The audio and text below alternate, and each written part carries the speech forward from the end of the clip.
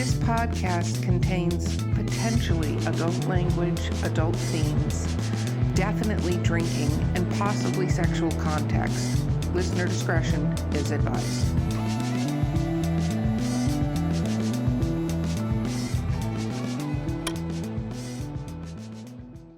Welcome to Drinking with Authors. I'm your host, Erica Lance. My co-host today is the fantastical C.R. Rice. I'm laying claim to that. And our amazing guest today is Mimi Francis. Woo! Woo! We're cheering. I really do want a live studio audience. Eventually I'll get one. Okay. So we're going to talk about what we're drinking. And this is a plug for Skunk Brothers Spirits. I decided to pull the bottle of lightning out again. It can be devastating. This is basically honey and corn moonshine. So yes, it's amazing. And I mixed it with orange juice. So this could either, yeah. He said lemonade. I didn't have lemonade. I have orange juice. So I mixed it with that. Skunk Brothers Spirits, DWA 10, coupon code. CR, what are you drinking? I went back to, we decided to call it Pestilence. It is my green tea and vodka, and it's really, really good. Awesome sauce. Mimi, what are you drinking? I am drinking root beer and Kiss caramel vodka. That sounds yummy. It's extremely yummy. It's almost too yummy because it's a little addictive. So we like to call it revered. No, just kidding. That's a good term. I like that term. Yeah. No, it's really good. So I highly recommend it. Very cool. Okay. So for those listening that may not know you, what do you write? I write contemporary romance. Most of my romances are set in either Hollywood or in a slightly fictional town in Montana called Lakeside. And I love to write happy endings. And most of my books are connected, but they're not connected like you have to read one book to read the other book. I just introduce the characters and then the books are all standalone, happy and ever after, or happy Very for now. Cool. And when did you start writing? I've been actually writing for about 10 years. I started writing fan fiction. And now I write just strictly original fiction. Fan fiction, what was your fan fiction of? I started with Supernatural, the TV show Supernatural, and I wrote a lot of fan fiction for Supernatural. And then I started writing Marvel fan fiction. And I've dabbled in a couple other, but Marvel and Supernatural are my two favorites. So those are the ones I write the most. So wrote the most. We're both huge fans of Supernatural. Oh, I love Supernatural. Me too. Yes. So when did you start writing fan fiction? Let's see. I didn't get into Supernatural until after season 8 had aired. So I spent, I don't work summers at my job. So I spent one entire summer binging the first 7 seasons of Supernatural on Netflix. And then I was hooked and I just kind of went from there. And so I started writing fan fiction, I want to say back in 2014. Yeah. And then Marvel fan fiction, I started writing that probably about 2018, 2019 was when I started writing Marvel. What Marvel fan fiction do you write? I write a lot of, my favorite characters are Bucky and Steve Rogers. So I write a lot of course. So I wrote a lot of stuff about Bucky and Steve. And then my favorite Supernatural character is Dean. I'm a Dean girl through and through. So I wrote a lot of Dean. And I like to, I know a lot of people write them in the universe, but I have a tendency to take them out of the universe and then stick them in to like the contemporary romance that I write. So I take them out of paranormal situations and put them into the everyday world. So did Dean get a happy ending and not in the normal way Dean does in your stories? In a lot of my stories, he did get a happy ending because I always felt bad that Dean never got a happy ending. So I tried to give him one whenever I could. But then I know that, you know, sometimes Dean doesn't always get the happy ending. And to me, that was always kind of how the show was going to end. So when he didn't get his happy ending, I wasn't too surprised. No. So, yeah.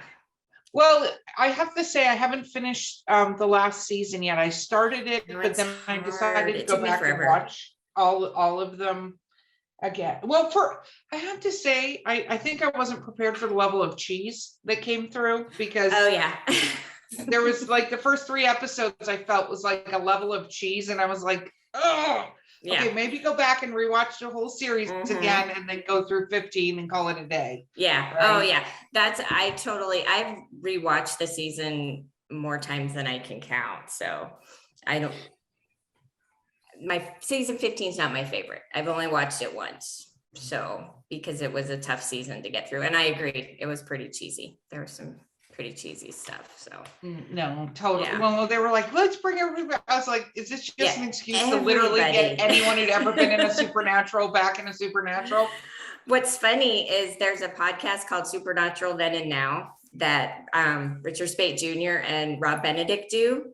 And they're watching every episode, and then they're doing a whole podcast on the episodes. It's fabulous. If you want some awesome background stuff and you're like really into that, it's super fun to listen to. I really enjoy it.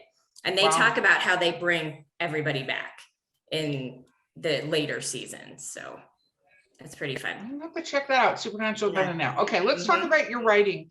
Okay. So you started writing fan fiction, but did you write before that? Like, have you always been a writer? Some people are always a I writer, wrote and a I meet lot. people that are like, I was 60 and I decided to write. And I'm like, okay. I wrote a lot when I was a kid, and then as years went on and I had kids of my own and I got busy with them and with work and with school and everything, I kind of let it go. And then when I discovered Supernatural and started writing the fan fiction, my kids were quite a bit older.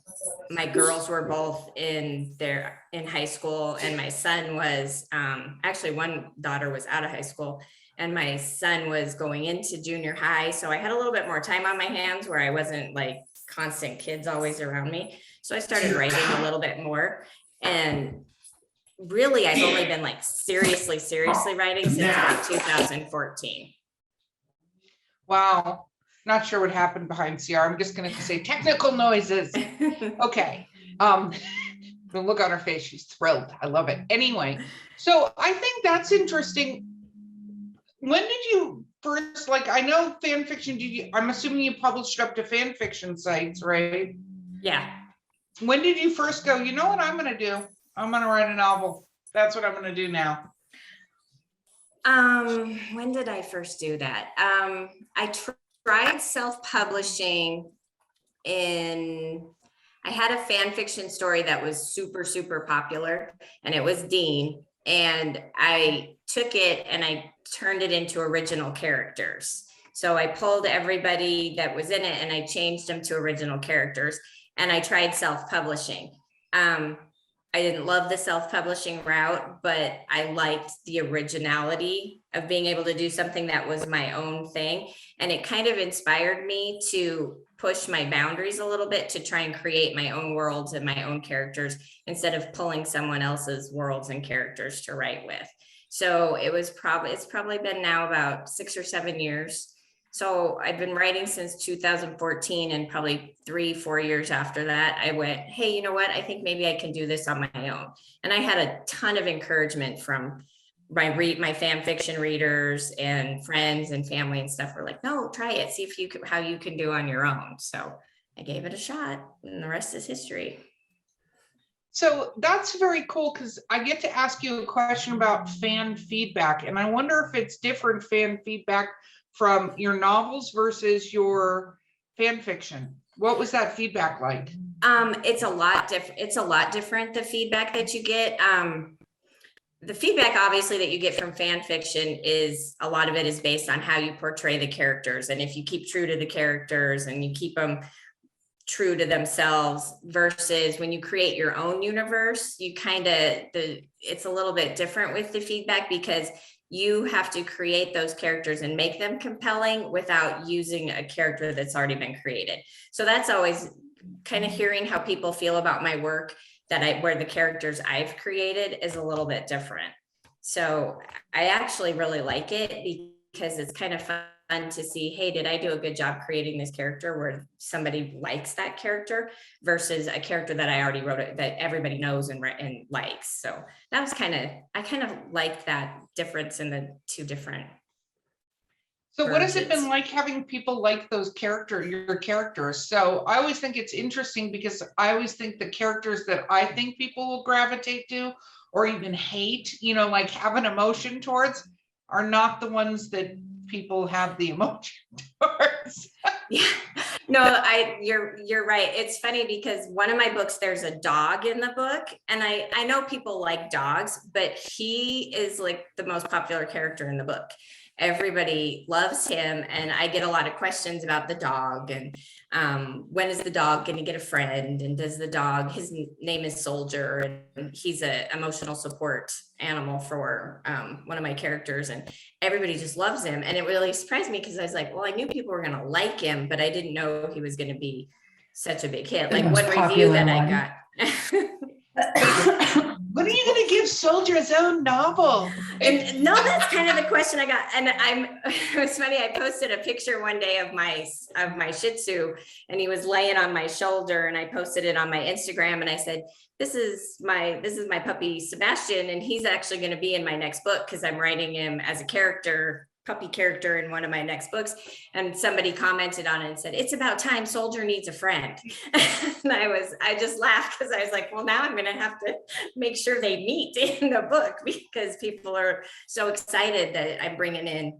I like to write people with pets because I have dogs. And so I always think they're really important to a lot of people. So I always kind of write them in I like to write them in there in my books too. I've actually written this. He'll be Sebastian in my book. It'll be the third time I've written a dog in the books. So. And see, this is where you start going into your own realm of if you do something outside of the norm for Soldier, you're just going to get a bunch of mail going, Soldier would never have chased that truck down the road. Yeah, well, he ended up being the kind of the hero of the book that he was in because he kind of saved somebody's life. So it was, I mean, I knew people would like him, but not to the extent. Like one reviewer said, oh my God, I'm going to call this book a dog story, and also Van and Serena. So she was like more focused on that part of it. But to me, it's really cute because I like that I can write those animals because I feel like the love that the people in the book show for the animal makes them that more appealing to the reader to be able to like them. Yeah, no, I think it's adorable when they pick the characters, whether, animal or human, that they enjoy. What about your family?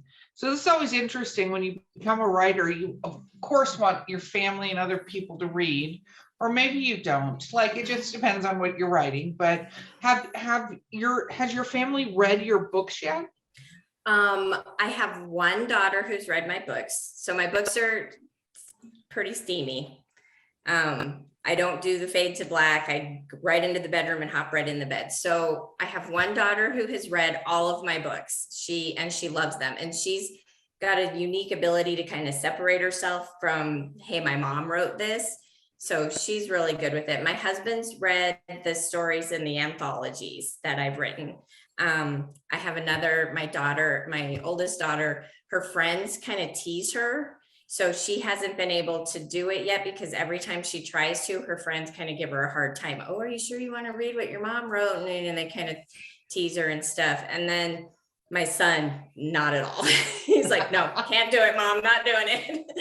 And then when I finally told everybody at work that I was a writer and stuff, people are like, oh my gosh, I'm going to read all your books. And I have been very clear with them. I'm like, okay, I'm just going to warn you right now. You're going to look at me completely different after you read my books. I said, I'm just throwing that out there. So it's pretty funny because I have a couple people at work who've read them and they're like, I would never have expected that from you. And I'm like, well, we all have our secret sides. So, but it's been kind of fun to see everybody's reaction to it and stuff. My husband's got some clients who have read them.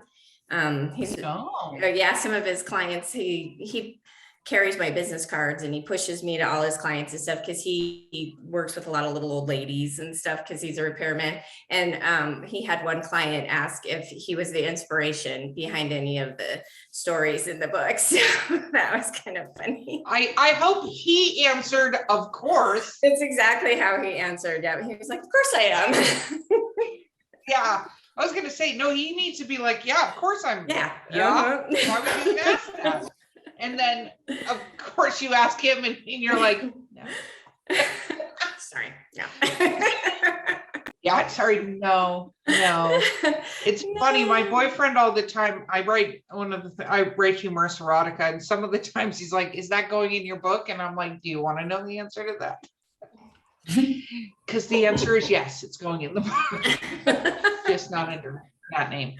Anyway. You always gotta So, be very careful when you have author friends. You just gotta watch everything you do. Oh, yeah. Oh, there have been a couple things that have happened, like at work and stuff that the person has made their way into my book, but I've changed their name for privacy purposes. But maybe, they've kind of made it in there. And you know how it is. It's like, oh, you made me mad, you're going to die in my book. So sorry, I have a sign on the other side of the door into my office. It says like warning, author or writing in progress, piss me off and you may be written into the story, but you will be killed, because that's the other stuff I write is horror. I will kill you. I will eviscerate you in fiction. I will kill you. Yeah. Knight's Tale. This is very cool. So what is your like writing environment like? Like when you go to sit down now, you don't have kids around you, because I'm sure you don't want kids just sitting next to you while you're like, and he walked her into the room, No, there was one time when my son was about 15, he plopped down on the couch next to me and I had my laptop on my lap and he laid his head next to my leg and he's like looking up at my laptop and I was writing and I like quickly closed the window and I'm like, what are you doing? And he was like, no, I'm just laying here. And I'm like, okay, go away. You can't read this. But I actually am probably one of those people who I don't write like in an office or anything like that. I sit on the corner of the couch and with my laptop and I write as like we watch TV or whatever. I sit and I write while we do that. I'm a multitasker and sometimes some of my best ideas come to me when I'm sitting and watching TV. And so I don't have a dedicated office or anything. I've been trying to put one together, but every time I sort of get it going, I get distracted and it's not at the top of my list that I need like a quiet place to go write, because I don't like to be away from my husband, because I don't like sometimes it's too quiet. I kind of like that noise and that background stuff going on. Some people do great with noise and some people can do that. And then other people are like, it has to be dead silent. Like the tree being cut down in my yard right now, no writing would occur. It has to be quiet. And I think that's interesting. It's funny. I had a friend that also has co-hosted this show, Valerie, that one time her husband walked in while she was writing a steamy scene. As if he could see exactly what was on the screen, she ended up shoving the monitor and pushed it through the wall. And like, it was this whole thing so that he wouldn't see what she was writing. And I'm like, why? And she's like, because I was embarrassed. And I'm like, okay, so it's less embarrassing to flip out and shove your monitor through the wall and it is to to let him just see. simply, close a window or something. Like, I don't understand. And she was like, I know. Then you have to explain. Like, did she lie and be like, there was a spider on the screen, I don't know what happened? Or is it like, oh, I was writing a steamy sex scene and I was scared you would see it? I think she, by that point, was doing that cry, laughing so hard at herself that she couldn't do anything else. I mean, you can't really recover from that. You really should just get up and say, ta-da, and walk away. Do a little bow. Yes, a little curtsy, and then leave the room, because nothing else can happen, because that's how that works. So how many books do you have out now? Where should people start reading you? I have 4 out right now, and they could start with my first book was Private Lives, Second Chances in Hollywood, book 1. And then I have another one out in that series called Private Protection. That's actually my favorite book that I've written. I love that one. I love a trope. So I will find a way to get tropes into my books in any way I can. And that one is a bodyguard trope. And I just love that one. That's my favorite. I will find any reason to put a trope in my book. And then I have another series called Loves of Lakeside. And the first one in that is called Runaway Home. And then the second one is called The Professor. And I have another book coming out in Second Chances in Hollywood on April 30th. And that one's called Private Party. Very cool. You said you like tropes. What about, so do you read a ton of romance? I do read a lot of romance. I like to read romance. I also like romantic suspense quite a bit, and psychological thrillers. Those are kind of my go-tos. I don't know, I think maybe it's because I'm a fan fiction writer that I like the tropes, but like I said, I always try to find a reason to put some kind of trope in my stuff. Like my first book is actually about an escort. So that's got the escort trope in it. And then I got the bodyguard trope in it. And I got a professor book, and that's got the professor trope in it. So I'm always trying to find reasons to put tropes in my book if I can. When you find what you like, you just got to steer into it. Yeah, you just got to go with it. So I have fun with the tropes. I think I like to try and mix them up a little bit and try and make them different. Like I know that I always have read books with the escorts where it's the male escort and the female who's looking for the escort. So my book's actually a male looking for a female escort. And so I kind of try to mix things up a little bit because I think it's fun to play with those ideas and make them a little bit different than everybody's used to. Well, I think that's what makes a book different. It follows exactly, I mean, I guess it's not true. I shouldn't say that because every Harlequin movie seems to follow the same exact thing, and they make hundreds of those a year, and they're wildly popular. And yeah, people just go bananas for them every single time. All the time. I love a Harlequin movie. That's what I watch every year, all Christmas. Put that channel on for me, the Hallmark channel, and I'll watch those Harlequin Hallmark movies all day long, even though they're all exactly the same. I'll still watch them. I can't. I can. I get too frustrated. I'm like, really? You just won't go have a conversation with each other? That's all it would take. It would stop this whole thing.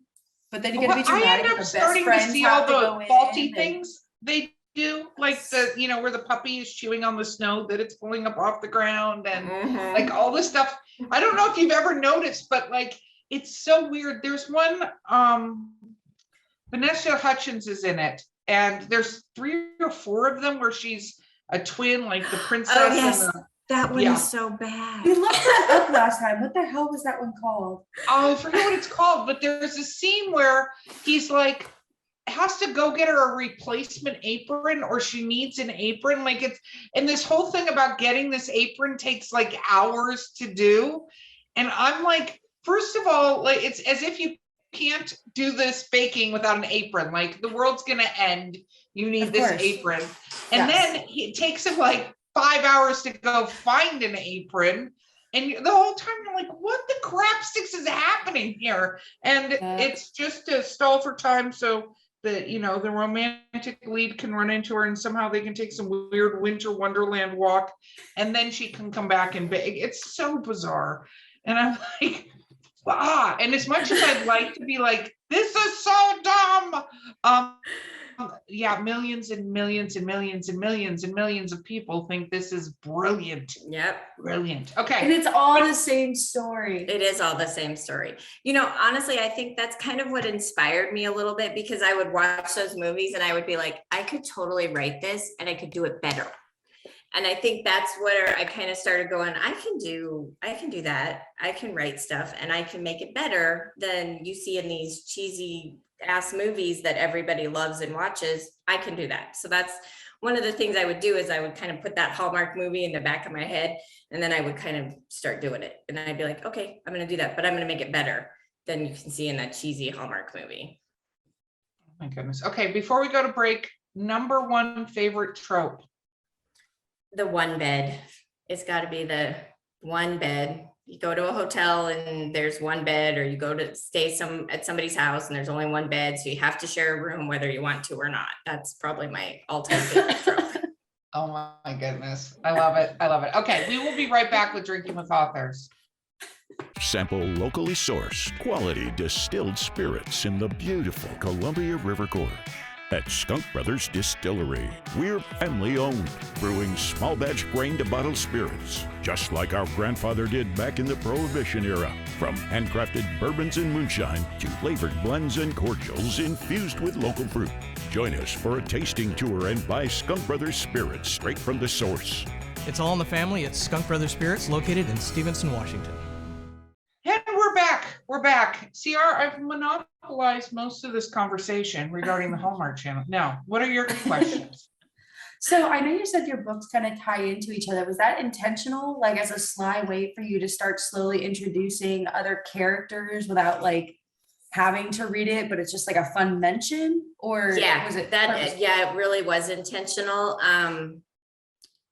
I am a fan of books that do that. And like, I love a series. I love being able to read about a world. One of my favorite authors is Janie Diamond, and she writes about this rock star community in Vancouver, and all the books are kind of tied together. But if you don't read them in order, it's not a huge deal. So I kind of like the idea of introducing the characters, and there may be a side character, and then the main characters have their story. And then in another book, you might get to finally see the story about that side character.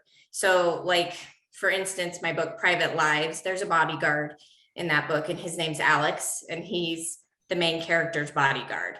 And then in Private Protection, he's the main character. And in my next book, Private Party, Alex has a little brother named Caleb, who's an actor as well. And Caleb is the main character. And you met Caleb in Private Protection. So you get to see Caleb's story in Private Party. So I kind of like that little tie-in, but you don't have to read them in order.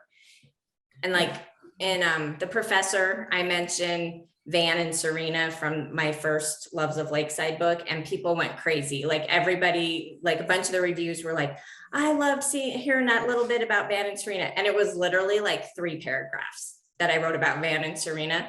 And that was it. And people were like, oh my God, I'm so glad you talked about them. And that just kind of solidifies for me that I'm moving those in the right direction by the little I love that though. Yeah. Like I think everybody loves that when you read a series that's like, holy crap, I know them. Yeah. And then you like remember you feel who included in it. Mm-hmm. Yeah. And that's what I like too, because it starts to feel like one big family, and you're like, oh, hey, I remember their story. I'm so glad they're doing great.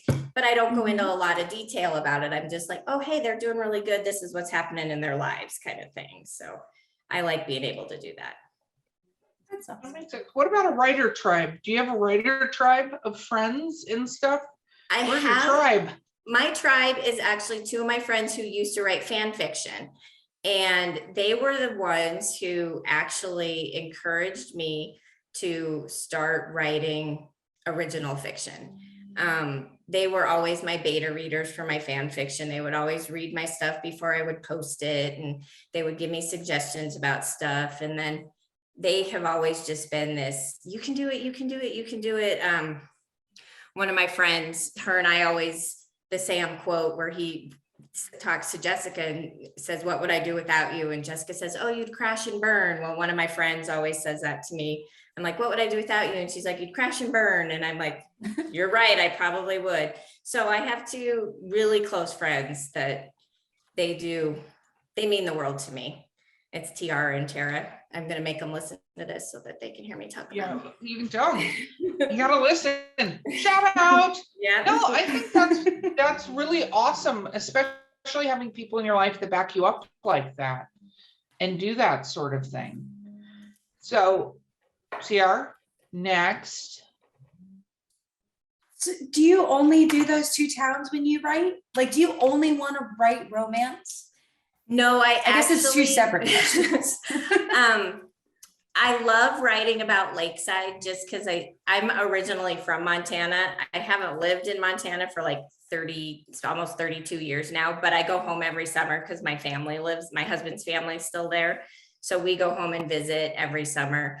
And I love writing about Montana because I think it's beautiful. I think it's just kind of an interesting place to write about. And you don't see a lot of stories set up there. I mean, unless you're talking about Yellowstone, my people are not cowboys. So I don't write about cowboys. So, because people need to know there's more than just cowboys that live in Montana. So I enjoy writing about those. My second chances in Hollywood, I only have like a couple ideas for maybe 1 or 2 more books out of that series. And I'm actually writing I'm kind of trying to jumpstart a paranormal series that I got an idea for that I've been struggling with it a little bit. I'm trying to get it going. I'm trying to like write a prequel story about it. And then I'm trying to kind of see if I can't push it into a series. It's kind of about a shapeshifter that works for what is something like the FBI, but it's set in the future. And so she is a shapeshifter and she works for this group that's like the FBI, and she can go in as an undercover because she can shapeshift into anything or anybody and stuff. So I'm kind of writing about that. It was kind of inspired by Alias because I was watching that one day and I'm like, it'd be really interesting if she was like, when she went undercover, you really didn't know who she was. You couldn't tell who she was, because I felt like, when somebody goes undercover on TV shows, you're like, I just saw you a week ago at such and such a party. I know who you are. So I was like, I wonder what it would be like if this happened. So I kind of started pulling from my supernatural knowledge background and writing about that. So I would eventually like to write some other stuff besides romance. Romance is easy for me to write though. So I like to write it just because I can almost write it without, I don't want to say thinking about it, but I can almost write it without stressing about it. The paranormal one stresses me out a little because I keep changing stuff and I'm like, no, that's not working. I got to fix that. So. Sounds like you need to do a little world building on this paranormal one. Yeah, and that's kind of what I've been trying to do. Is I've been trying to do a little bit of world building. As I've been trying to kind of take a step back, and that's why I went and started it, because I'm a pantser. I just write. I don't tend to outline anything. I just jump in and start writing, and I'm trying to train myself not to do that. I'm trying to get myself to a point where I plot a little bit more. And I've never had to build a world. Well, I was going to say, you don't have to do that part. You just have to put the rules together in the world book. I was going to say, I have 7 worlds and I don't plan anything. Oh, see, I envy that because I think I would forget everything. You should see my spreadsheets to keep track of my characters in all my books. Oh my goodness. No, I don't have a spreadsheet. I can share this for one of my series I write. You want to see how I keep track of the characters? That's it. It's terrible. I have spreadsheets, and I actually had to create a spreadsheet because I accidentally named a character. I'm working on 2 different books right now in Loves of Lakeside, trying to decide which one I'm going to do next. And the main character in one of the books has the same name as a side character in a Second Chances in Hollywood book. And I went, oh, that's not going to work. So I finally had to sit down and I made an alphabetical list of all my characters' names because I cannot keep them straight. I'm constantly naming people all the same thing. So I finally went, I should probably do that at some point. I don't have any of that stuff. It all just kind of like sits in my head, but there's going to be a day. There has been a day, Missy. I can remind you of that day if you would like. Are you talking about the day that the name got written wrong? That wasn't me though. That wasn't me. Half the book, the name changed. No. Yeah, Google autocorrect just kills you sometimes. We're blaming Google now, are we? Just kidding. Yeah, I so am. It's always Google. Google, you bastard. Okay, you have gone to, let me ask you this. How was writing during COVID? Because a lot of people, that was a good thing. And a lot of people, it was meant nothing. And some, it was the worst thing in the world. I finished one of my books during COVID because I work for a school district. So we were not at school, and I'm I'm an admin assistant, so I'm not a teacher, so I didn't have to do the online teaching or anything like that. So I was just sitting at home for 3-4 months, I think, that literally just at home all day, every day. So I was writing some fan fiction, but then I was like, I'm going to finish this book. So I had written it, and it was about 50,000 words or so, but I felt like it needed to be fleshed out, that there was a lot more that could be in it. Some people that had beta read it for me were like, you drop us into the middle of the story, which I have a bad habit of doing. And I think it's from writing fan fiction. I'll tend to drop people just into the middle of the story. So I went back and I kind of fleshed it out, and I added some stuff to it, and I made it, in my opinion, I made it a lot better. So that's what I did during COVID. Plus I watched a lot of TV because there wasn't anything else to do. I think there were several people who watched a lot of TV. Yeah, I watched a lot of TV. But you've done in-person events. You've even been at a Barnes and Noble signing. What was that like? The Barnes and Noble signing was just me stopping in to sign the books. I didn't actually do a signing. Oh, I just stopped in because I got them to put the books on the shelf. So they called me when they got the books in, and they said, hey, would you come sign them so we can put a sticker on them? And so that wasn't like a true sit down and sign. I'm actually doing what I'm on Saturday, next Saturday on the 9th. It's a book crawl, and I'm really looking forward to it because I think it's going to be a lot of fun. So you kind of go from, it's in our downtown district, and you kind of go from venue to venue. And if you talk to the author, you get a stamp in the book. If you buy their book, you get another stamp in your book. And then if you buy something from the venue, you get a stamp in your book, and you go from place to place. And at the end, you get to redeem your stamps for tickets, and you can win prizes and stuff. So I'm looking forward to that.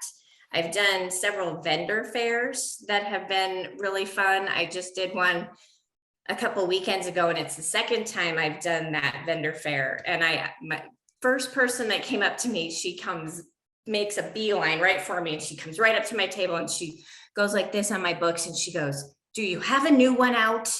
And I said, well, not yet. I said, one comes out on the 30th. And she goes, okay, I have all these. And I had to see if you had a new one yet. She goes, I will get that one when it comes out on the 30th. That made me feel really good because she came right to my table. She looked right for me and came through the door. So that made me feel really good. And I liked that. So I'm trying to get out into more author stuff than the craft and vendor fairs. So yeah, it's interesting you say that, because it just goes to show you that you no amount of writing you do can feed these readers sometimes enough. No, they're like, hi. So I know it's been a month and a half. You have 4 new books out, right? Like, I know your book came out 3 days ago. When's the next one? It's like, are you fucking kidding me? I'm still in therapy for the last one. Our school nurse is probably one of my biggest fans, and she comes to me almost every week, and she goes, do you have a new book out yet? And I'm like, well, this one comes out this date. And she's like, okay, then when's the next one after that? And I'm like, okay, well then this one. And then since I've slowed down a little bit, so my next book won't be out until like next fall. And I told her that, and the look on her face was like almost devastation. And then she goes, well, I have them on my Kindle so I can reread them anytime I want. I guess I'll just have to do that. I almost was like, I felt like I needed to apologize and say, never mind, I'll try and get one out faster, because I felt so bad. Having and talking to authors about that, especially when they're newer authors and they start experiencing that, you put a book out and your fans are like, this is cute, so when's the next one? I think that's an awesome feeling to see the impact, because for every one person who's actually saying that to your face, there's so many other people thinking the same exact thing that are like, hi, it'd be really cute if you could go faster, go faster in what you're doing. And I love it when somebody says that to me, because I know that means they are enjoying what I write. But there's always that little part of me that is like, oh geez, I wish I could write it a little bit faster just for them. But I love that feeling. It's the best feeling in the world to have somebody say that to you. Totally. Well, writing is so secretive in a way. I don't want to say secretive. It's you don't usually, not all authors go out in public to meet people that will acknowledge them. And then of course you have reviews, which is my next question. How were reviews? Do you read all your reviews? I do. I know you're not supposed to, but I do. I am very fortunate, and I have never gotten anything worse than a 3-star review.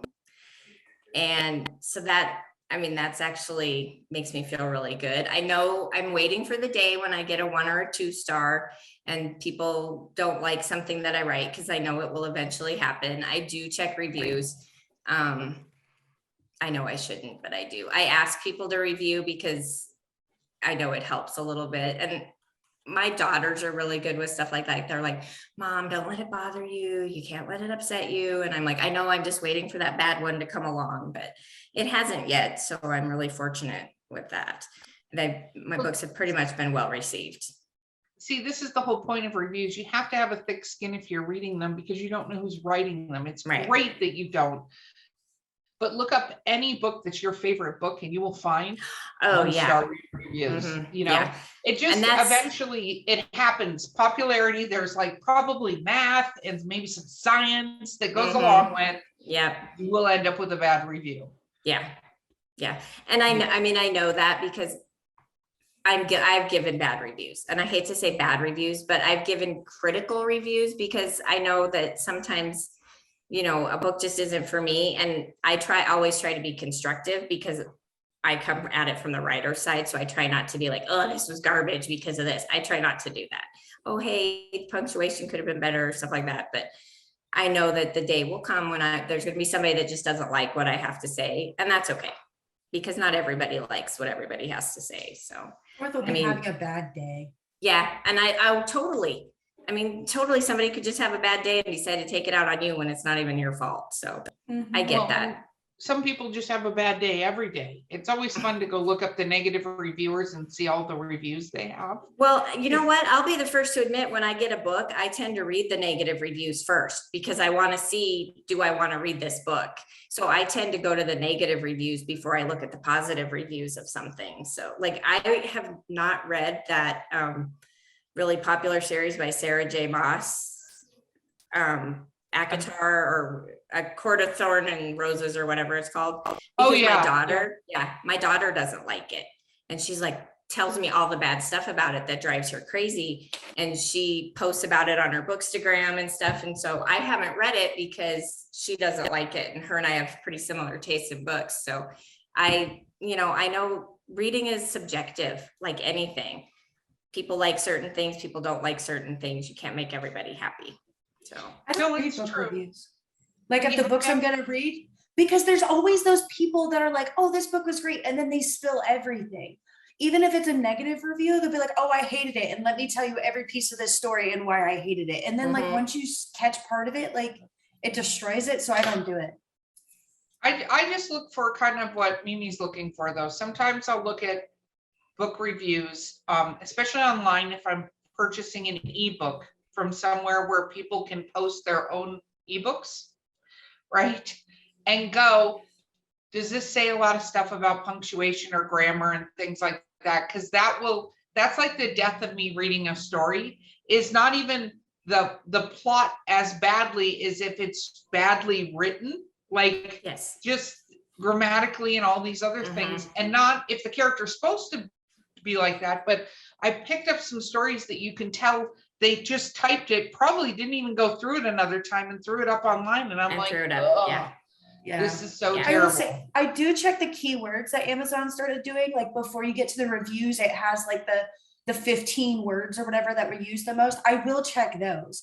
But what I've started doing over the last couple months is like, I'll pick a genre and then I scroll to the last page on Amazon and I start reading the books that like don't have reviews yet, just because like I like being the first to do stuff. So then like I read those books and you will find the most amazing books that like just haven't gotten the chance to get out there yet. Yeah, because somebody hasn't reviewed them. I kind of do the same thing. I don't always like to read the books that everybody else is reading, because I know that I'm one of those authors out there that maybe not everybody else is reading. So I want people to give me a chance. So why shouldn't I give Right. somebody a chance too? So I like to read. I like to help other people and read their stuff.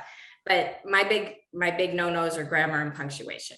And I'm the same way, where people can put up their own books and they don't use a copy editor or a line editor or an editor at all. And they just kind of toss it up there. I have a really hard time with those, but so I always try to look for that. Yeah, the one that kills me is when you open the ebook and it's like 4 words on a line, right? And then it's like a half of inch of space. And then it's like the rest of the sentence and half an inch of space. And I'm like, oh my God, how did you do that? Mhm. So then like I go to their little author page and I'm like, hey, just so you know, like your typesetting is off or something, because I'm getting, even if you scroll all the way down to make it as small as possible, you're getting like 2 sentences. Oh yeah. That gets me too. Well, it's interesting. We were talking about this on a podcast that we recorded the other day, and I said there are avenues out there for people to look up how to do something before you get on the site and think you're going to do it. Like I can just tell you right now, Amazon, Roku, Barnes and Noble, all these sites do Kobo. I just said Roku. You did. Yeah. I was gonna let it go because I just want to be that person. Doing books. I just heard myself and the Viking, me and the Viking together said Roku. It's I fine. heard you, but I didn't want to point it out. Yeah, no, it's so weird. I was talking, then I was like, did you just say Roku? You just said Roku. That's how that happened in my head. It's fine. It's totally fine. But these sites, even though they're helpful and look pretty and stuff, if you do not know some of the words, what they're talking about, it starts with a basis of understanding, and a basis of understanding Word documents, for instance, or PDFs. I think people don't quite realize what a PDF is, right? Because it's a picture. I mean, there's some cool things you can do with PDFs, but it's a picture. Let's, that's a photo. Mhm. So, weird. Okay, GR. I just said Roku. You need to ask the next question. It's not a good situation over here. I mean, I'm not gonna lie. Initially, I thought you said Grogu, and I was like, is she been watching like American Dad or something? So then I got thrown off too. Oh, I just had one of those moments. So, what is your favorite fan interaction that you've had? Like, I know you say a lot of people at the school and stuff, and your daughter reads it, but like, is there somebody that you didn't quite know that came up to you, was excited? Yeah, there's actually my daughter works for a very popular coffee place, and I frequent it because not only does my daughter work there, but I love my coffee. And I have never met him before. I had never met him before. He discovered I was a writer, so he bought my first book and read it. And the next thing I know, I go in to pick up my coffee from a mobile order, and instead of my real name on there, it says Mimi, which is a pen name. So it didn't have my real name on there. It said Mimi. And then on the corner of the cup, he'd drawn a heart and put, "We love you, Queen," on the cup. And then he came up to me one day. My daughter wasn't even in the store, my book for me. And I'm like, yeah, sure, I'll sign your book for you if you want me to. And he's like, oh my God, thank you. So the next time I went in, he was standing behind the counter and he was clutching Runaway Home like this. And he held it out to me and he handed me a Sharpie and he's like, sign it with this. So I signed it for him. And then he took it and he danced in a little circle and jumped up and down. And it made my week. It literally made my week. And he'll find out I'm in the store. Like if I come in the store, someone will call him on the headset and say, oh, Mimi's in the store. And he will come running out. And he came running out one time and like tripped as he was coming out the door. And then he stood up and he goes, you did not see me do that. And he's so cute and he's so sweet. And he just makes my day every time I see him. And he just kind of stumbled into the fact that I was an author because he saw it on my daughter's TikTok. Didn't even tell her that he bought my books and read them until he told me that he had bought them and read them. And that's probably, he's my all-time favorite. He's like my biggest fan, which I love. I'm like, I have a fan. I think I call that the fangirl moment. When you have the fangirl moment, when somebody is just so thoroughly excited to see you, but you signed the book. When did you practice how you were going to sign books? Because it's not your real name. You don't use your real name. It's not my real name. I know I have to be careful. So after I got my publishing contract and I told like friends and family and stuff, hey, I have books coming out. If you want me to sign them, I'll sign them for you. And then all of a sudden I realized I'm like, I can't sign them with my real name. So I got to figure out how to write my name. So I sat down one day with my iPad and I opened my Procreate and I just sat and spent like a half an hour going, does this work? No, I don't like that. That's hard to do. And then I finally came up with one and now it's pretty much, it's wrote. When I sign, I can do it with that because like when I do vendor fairs and the craft fairs and stuff like that, I always offer to sign the books anybody buys. So it's much easier now. When I first did it, I used to have to stop and think. I'm like, okay, don't write your real name. What am I today? Who am I? What's funny about the vendor thing and you offering to sign the books is I don't understand why when you're sitting in front of the author who has the book, that a person wouldn't just go, can you sign it for me? It's so They funny. don't. Most of the time I think it freaks them out. I think it like does, makes them yeah. nervous or something and they don't want to, because I know there's been a couple of times that I've seen people and they'll be like, Yeah. I've had this and same Corey's thing. like, do you want her to sign it? Do you want her? Of course, I Corey think would make people are it just creepy. scared. He does. Every time. Oh my goodness. Okay, so we need to do the shameless self-promotion plug. Mimi, what is the next book you have coming out and when? My next book is Private Party, and that's Second Chances in Hollywood book 3. And that comes out April 30th. It's available for pre-order on Barnes and Noble and for Kindle right now. And I know the others are coming soon and paperback is coming soon too. So that's my next Very one. cool. And when is the next Loves of Lakeside coming out? Inquiring minds want to know. I think that one's in November. I'm working on, like I said, I'm actually working on 2 Loves of Lakeside right now. I'm kind of writing them both at the same time because I can't decide which one I want to do next. So I've kind of been writing both of them. A real popular character from book 1 was Lincoln, and he was Van's best friend. He wasn't in it very much. They had a couple phone conversations and he showed up one time. But the new book is about Lincoln. So my daughter's very excited about that because she loves Lincoln. So I actually like took a vote one day on my Instagram and she voted like 10 times. She's like, Lincoln, Lincoln, Lincoln, Lincoln, Lincoln, Lincoln. I'm like, okay, I guess Tiana wants Lincoln. And then the other one I'm working on is there's a character from book 2 named Nat, and her full name's Natasha. And she is the next one of the other Loves of Lakeside books that I'm working on. So I think I'm going to go with Lincoln's though. I was going to say working for on that one a lot. reasons you might want to do that because that's Yeah, like healthier going into the holidays. I'm not sure Tiana would be very happy with Mom if I didn't write Lincoln's book next. So, plus that one has Sebastian in it, and him and Soldier are going to meet pretty soon, so that'll be good because they Soldier fans will be happy, daughter will be happy. It's Happy. like kind of like the circle. I don't know of what life could here. go wrong at this point. Like, Yeah, you I'm just not check sure that- every single I'm box. just checking all the boxes, and this one's got a trope in it too because it's got fake dating in it, so that's another one. So it's I'm checking That's all the great. boxes on that one. Wow. Okay, so how do fans find you? Where do they look? I'm on Instagram as @author.mimi.francis. That's also my Facebook. I have my website is mimifrancis.com, and I am on TikTok as author Mimi Francis. No dots or anything, just author Mimi Francis. Awesome. It has been wonderful having you on the show. Thank you so much Thank for you. being here. I've had a blast. This was fun.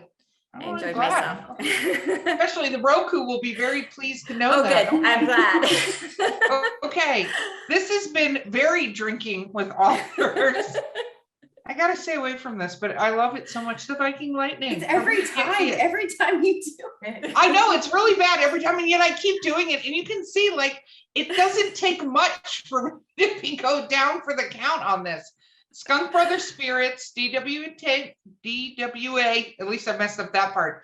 10 is the coupon code. Wow, I'm so spectacular.